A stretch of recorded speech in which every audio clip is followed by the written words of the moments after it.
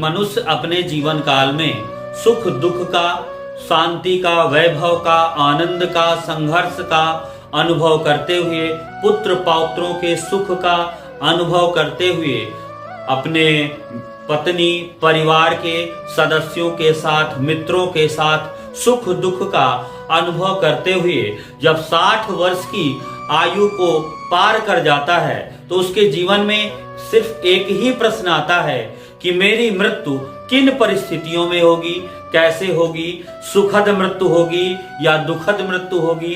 इस विषय पर हमारे ऋषियों ने एक समग्र चिंतन किया है। उस समग्र चिंतन का समीक्षात्मक वर्णन मैं आज आप लोगों के समक्ष करूंगा।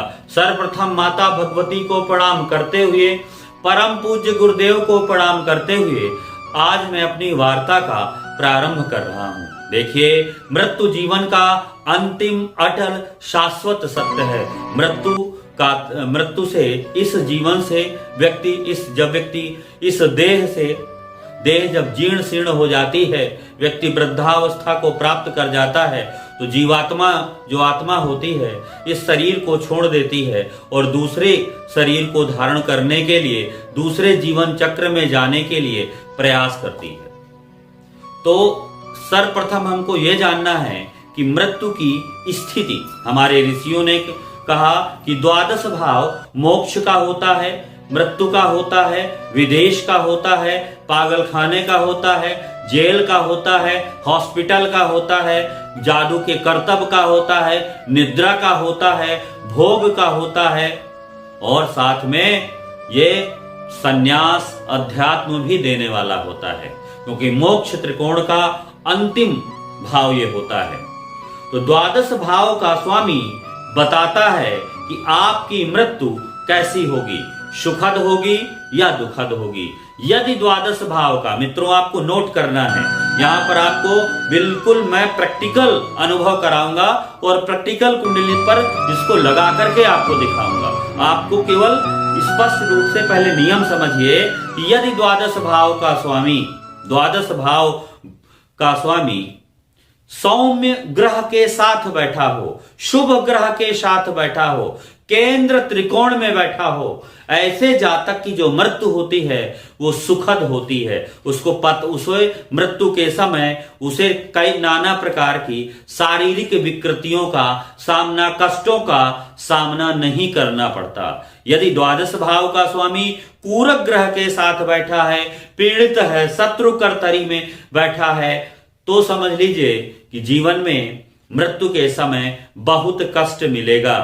कहते हैं जन्म लेते समय और जन्म और मृत्यु के समय बहुत कष्ट होता है।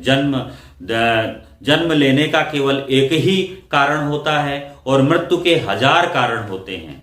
तो आज हम कुंडली में 12 भाव का वर्णन, 12 भाव की प्रेडिक्शन सिखा रहे हैं। देखिए, ये कुंडली है एक महिला जातक की 27/8/1997 11:18 PM सोनीपत। इस महिला में 2 बार इसकी शादी हुई, 2 बार इसका तलाक हुआ। तलाक होने के बाद धीरे धीरे ये महिला अध्यात्म में जाने लगी। जब अध्यात्म में चली गई तो धीरे धीरे उसका ध्यान में मन रमने लगा, अध्यात्म में मन रमने लगा। फिर उसके पश्चात ये देखते हैं कि जब उसकी मृत्यु होती है तो मृत्यु के 4 घंटे पूर्व ये ध्यान से उठकर कहती है कि मुझे अब जाना है, मुझे दूसरे लोक जाना है, मेरा इस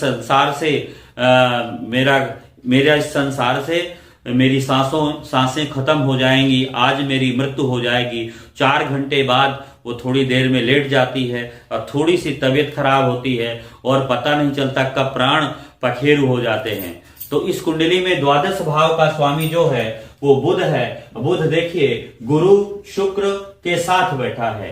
जब बुध गुरु शुक्र के साथ अर्थात सौम्य ग्रह के साथ 12 भाव का स्वामी यदि शुभ ग्रहों के साथ बैठा है तो व्यक्ति की जो मृत्यु होती है वो सुखद, अर्थात मृत्यु के समय उसे अधिक कष्ट और पीड़ा का सामना नहीं करना पड़ता।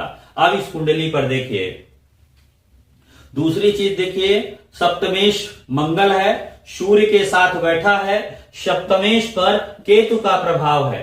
केतु का प्रभाव होने के कारण यहाँ पर विवाह विच्छेद का योग महिला का बना। 7वां भाव विवाह का होता है, वैवाहिक सुख का होता है, व्यापारिक कर्म का कर्म क्षेत्र होता है, व्यापारिक गतिविधियों का होता है, पार्टनरशिप का होता है। तो ये सप्तम भाव जो है, सप्तमेश एकादश भाव में बैठा और उसको केतु ने देखा और सप्तमेश के आगे कई ग्रह बैठे हुए हैं। इस वजह से यहां पर स्थिति बनी जिसका वैवाहिक जीवन सुखद नहीं होगा। दूसरी चीज अगर आप कभी भी देखेंगे, जो शनि है, शनि कर्म का कारक होता है, अध्यात्म का कारक होता है। शनि का संबंध यदि चंद्रमा से, शनि का संबंध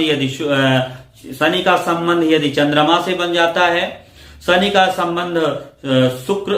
संबंध गुरु से बन जाता है, शनि का संबंध केतु से बन जाता है। यदि शनि चंद्र केतु का योग बन जाता है तो जातक अध्यात्म के क्षेत्र में तेजस्वी होता है, अध्यात्म के क्षेत्र में आगे बढ़ने वाला होता है।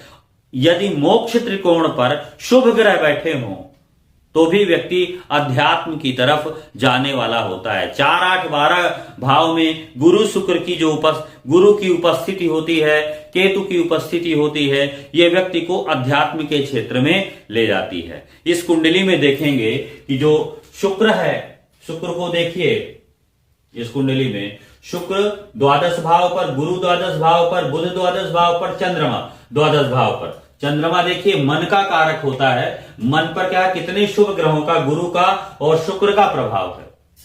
शुक्र से जहां एक ओर से साधना की, रहस्य की गहराइयों का पता चलता है, वहीं गुरु से उसको दूसरी तरफ धर्म अध्यात्म के बारे में जानकारी मिलती है। अर्थात मन पर धर्म अध्यात्म बढ़ा हुआ है, जिसकी वजह से इस जातिका ने ध्यान के लिए भी आप देखेंगे, यदि आपकी कुंडली में सूर्य गुरु राहु का योग बन रहा है, यदि आपकी कुंडली में शनि चंद्र केतु का योग बन रहा है, यदि आपके द्वादश भाव पर चंद्र बुध गुरु शुक्र जैसे शुभ ग्रह बैठे हैं, जातक धर्म अध्यात्म के क्षेत्र में बहुत काम, धर्म अध्यात्म के क्षेत्र में सफलताएं अर्जित करता है। मुख्य बात यह है कि यहां पर द्वादश भाव का स्वामी किन परिस्थितियों में बैठा है, इस पर हमें ध्यान रखना है। द्वादश भाव का स्वामी यदि शुभ ग्रहों के साथ केंद्र त्रिकोण से संबंध रखता है तो व्यक्ति को अपने जीवन काल में,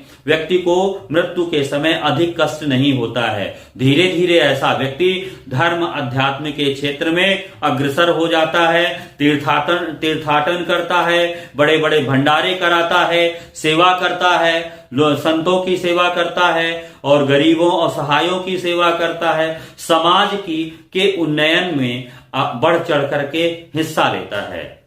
ऐसा व्यक्ति अपने जीवन काल में अत्यंत परोपकारी भी हो जाता है। इस प्रकार हमने ये समझ लिया कि ये जातक धर्म, और जब द्वादश भाव का स्वामी जब सौम्य ग्रहों के साथ होता है तब व्यक्ति धर्म और अध्यात्म के क्षेत्र में अग्रणी होता है। इन्हीं शब्दों के साथ आपको नमस्कार।